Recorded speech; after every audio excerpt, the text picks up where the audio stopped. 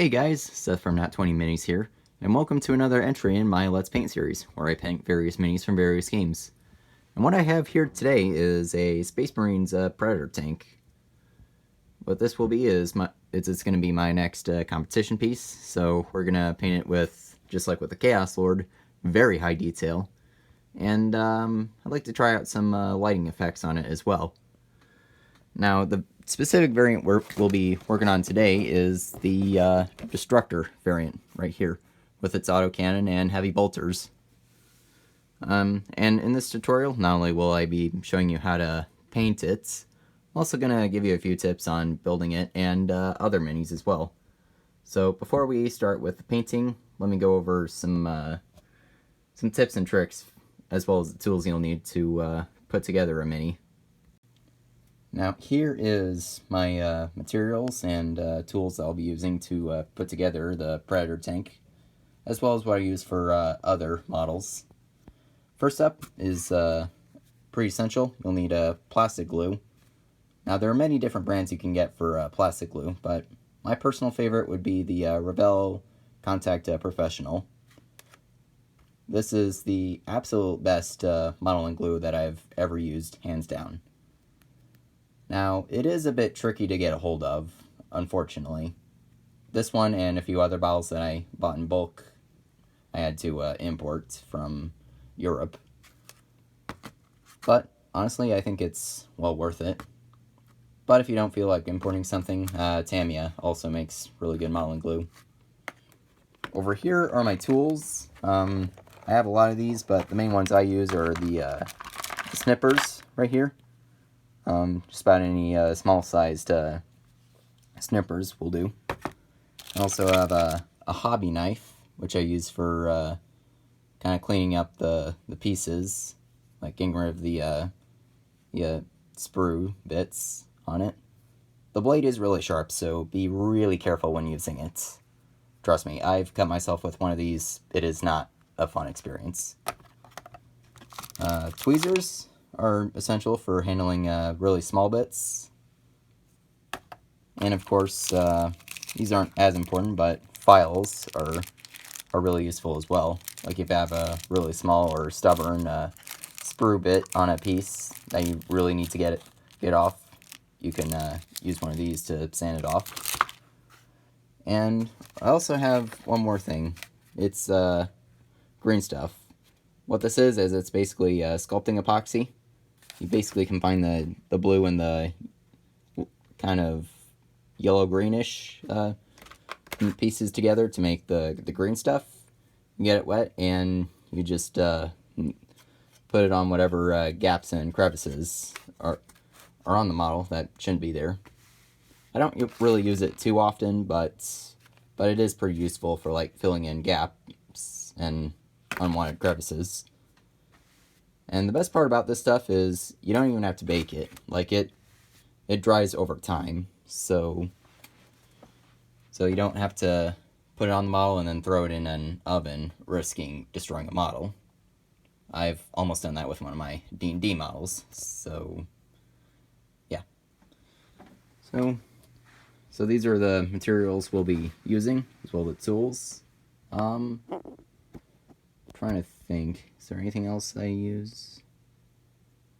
Well, not for this, but for like, as you know, for painting, I also use like terrain and tufts, as I've shown you in previous videos. So yeah, let's put this thing together. All right, I'm gonna open up the box, see what's inside.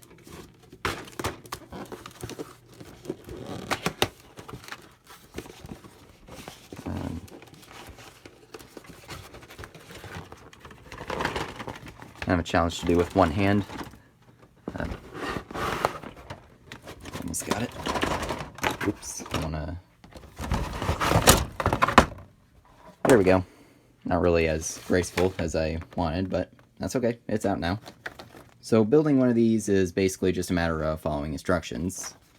Now, not all model kits have real great instructions. In fact, Forge World models from Warhammer Age of Sigmar and 40k actually don't have... Actually, no, I take that back. They do have instructions, but they're very limited. They're basically reserved for like professional modelers, essentially. But since this is not a Forge World kit, basically all it is just it's just a matter of following the instructions here. Pretty clearly labeled. Obviously, this part right here we're gonna have to paint first before we assemble it, so we'll be doing that.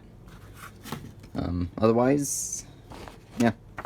Also, we'll be painting the inside once that's done. And then once we get the insides painted, we can move on to finishing the model and doing the outside as well. And of course, there are some parts that I'm gonna have as different assemblies that we'll paint first and then put together, like the heavy bolters here. Now with my previous Predator, the Predator Annihilator that I have in my Ultramarines army, I made the mistake of putting the whole thing together first and then painting everything. And I didn't exactly get the level of detail that I wanted with it. So we're not going to be making this mistake with Predator Destructor here. So yeah, let's get started.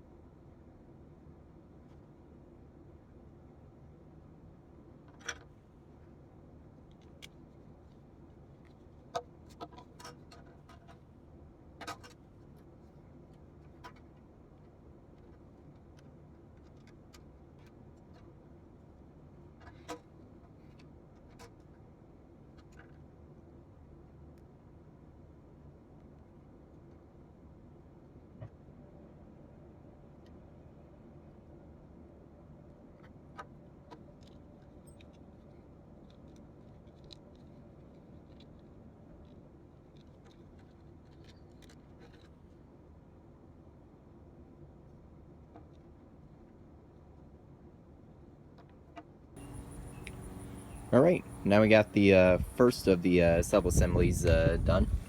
The inner walls and the basically most of the interior of the Predator.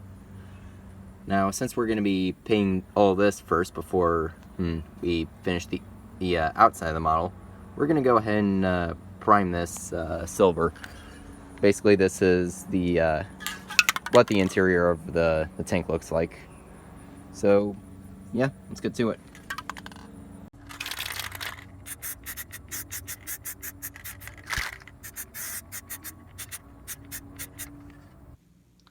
Alright, so now that the interior is primed, we're going to go ahead and paint a few of these pieces. I'm mostly just going to be going over some of the parts, like the floor here. I'm going to put in some Nuln Oil in the recesses here to give it some depth, as well as the ramp here. Now the big thing that we're going to be painting is this wall here, particularly the console here and the bolter here. We're also going to be painting a few of the lights to kind of give it that extra sense of detail on the interior. So for that, we're going to be using, of course, as I just said, Nuln Oil for the recesses and grooves, as well as some, let's go with Keldor Sky for the few of the screens, not Iron Hand Steel. Why did I even grab that? Fenrisian Gray, sure.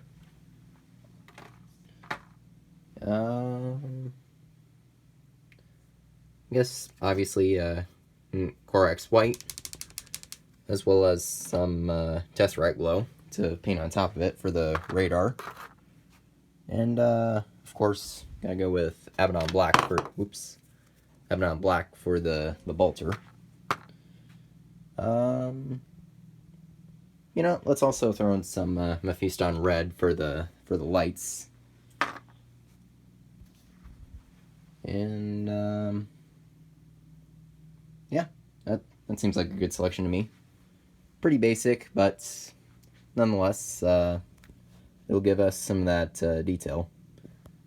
Actually, you know what? Let's also throw in some Dragonhof Nightshade for the recesses on some of the buttons for the console, as well as the screen.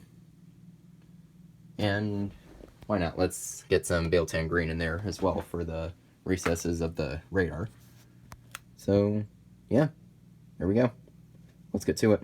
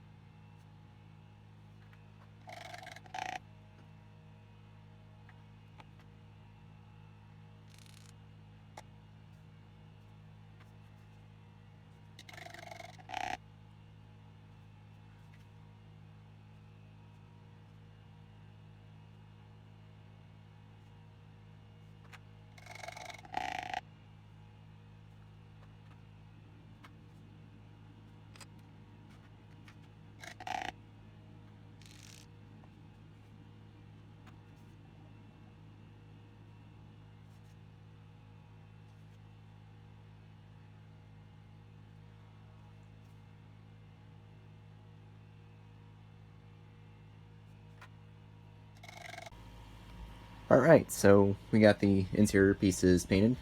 We got the walls here with some shading in the recesses. The roof right here with an alarm light and some more shading in the recesses. The floor with an oil, as well as the ramp. And of course, this wall right here with the console and the bolter on it. So, as you can see, I used Fenrisian Gray to make grid lines on the monitors of the console, as well as some Dragonhof Nightshade to fill in the recesses of the monitors, as well as the buttons. So yeah, let's put the rest of this together, and we'll start painting it for real.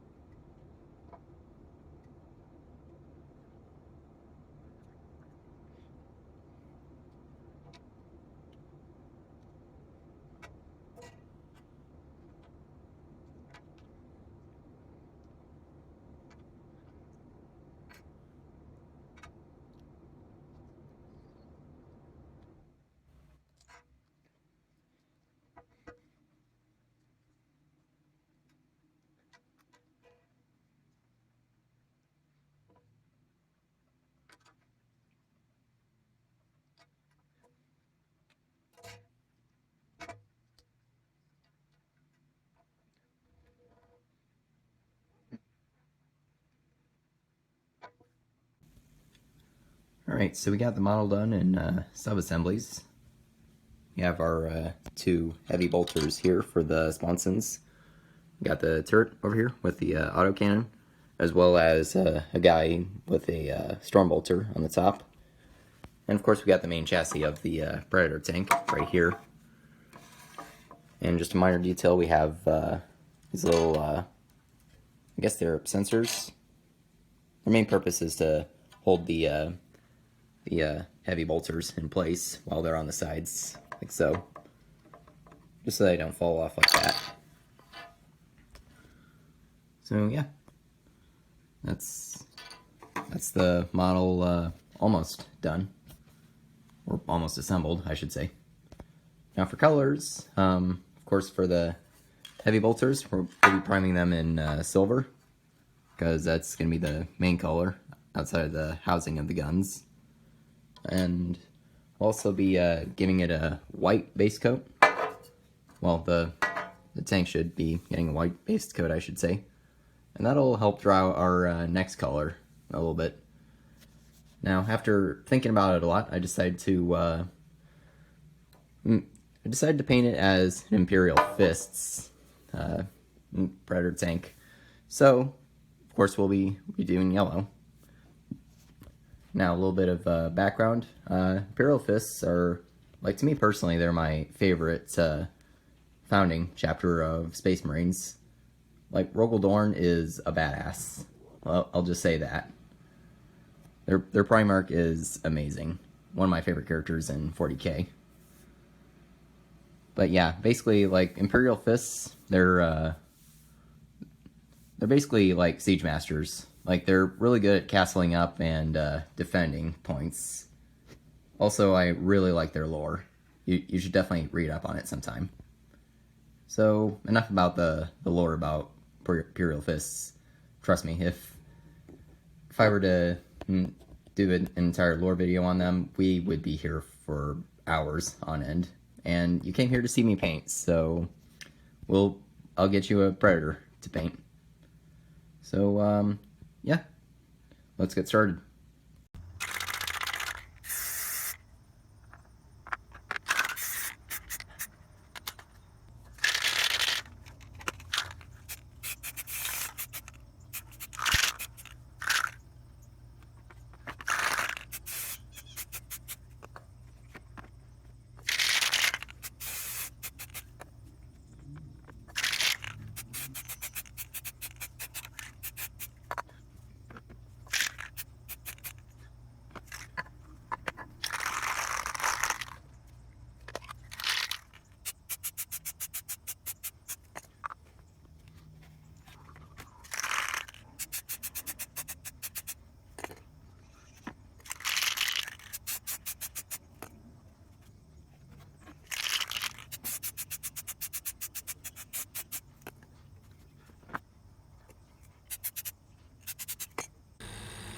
Okay, we got the model primed. As I said, the heavy bolters are primed in silver. Got a little bit of red on there somehow. Not sure how that happened, but it's okay. We'll go over it with some either Iron Hand Steel or Lead Belcher. And of course we got the main body of the tank, as well as the turret, primed in yellow. This'll do Dorn proud. So let's go over my color scheme real quick. Now, of course, this isn't the final color scheme, but it's a start. So, of course, obviously, for Imperial Fist, we're going to be using Everland Sunset for the base coat, and touching up some of the details we missed during the priming step. We'll also be using Mephiston Red for the cameras and sensors, as well as, let's go with Waflesh for that as well. And of course, the essential Abaddon Black. I'm using that for the tracks, along with Lead Belcher. I'm going to be mixing the two to make kind of a darker steel color. Of course, Corax White for like base coating the sensors. To be honest, I'm not sure why I even have Fenrisian Gray out. Let's put that away.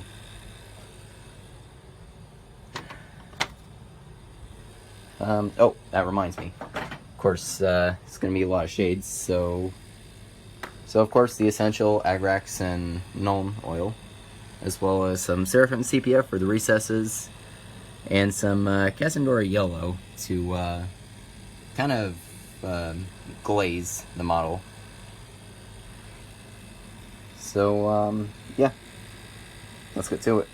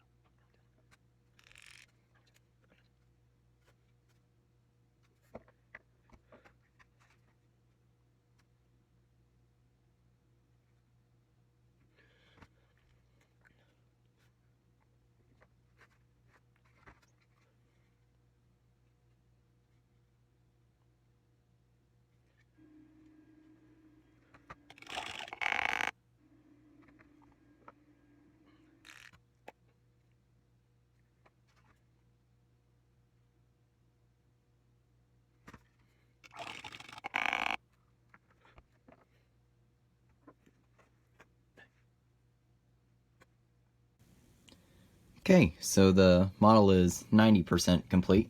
Just gotta throw on a few finishing touches, as well as the water slide transfers, and then we can call it done.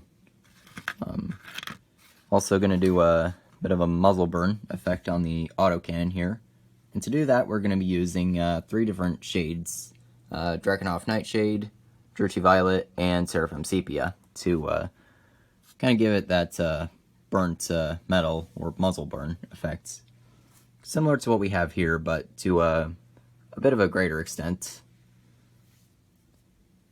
Yep, and once all the final details are done, we will move on to the photo booth and shoot some photos. So yeah, commence the B-roll footage. Enjoy.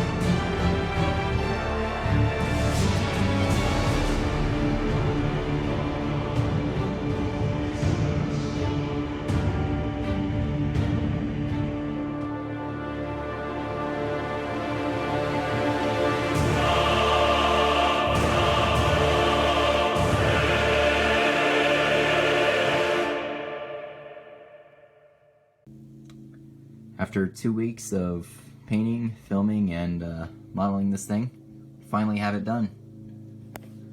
It's been one journey that we've been on painting this thing, but I really like how it turned out. The journey definitely had its ups and downs, but overall, I like how it turned out. Even got the turret to freely rotate. Now, sadly, I tried to magnetize the turret so it would stay on, but unfortunately, I couldn't do that. So it's detachable now, and it falls off pretty easily if you're not careful. So if you have any recommendations for getting that to stay on permanently and still be able to freely rotate, please leave your suggestions in the comments. And even if you don't have anything to suggest for this, still leave a comment. I really appreciate reading every single one of them. In the meantime, though, hit that like and subscribe button if you want to see more content like this. And yeah, happy painting. Peace out, guys.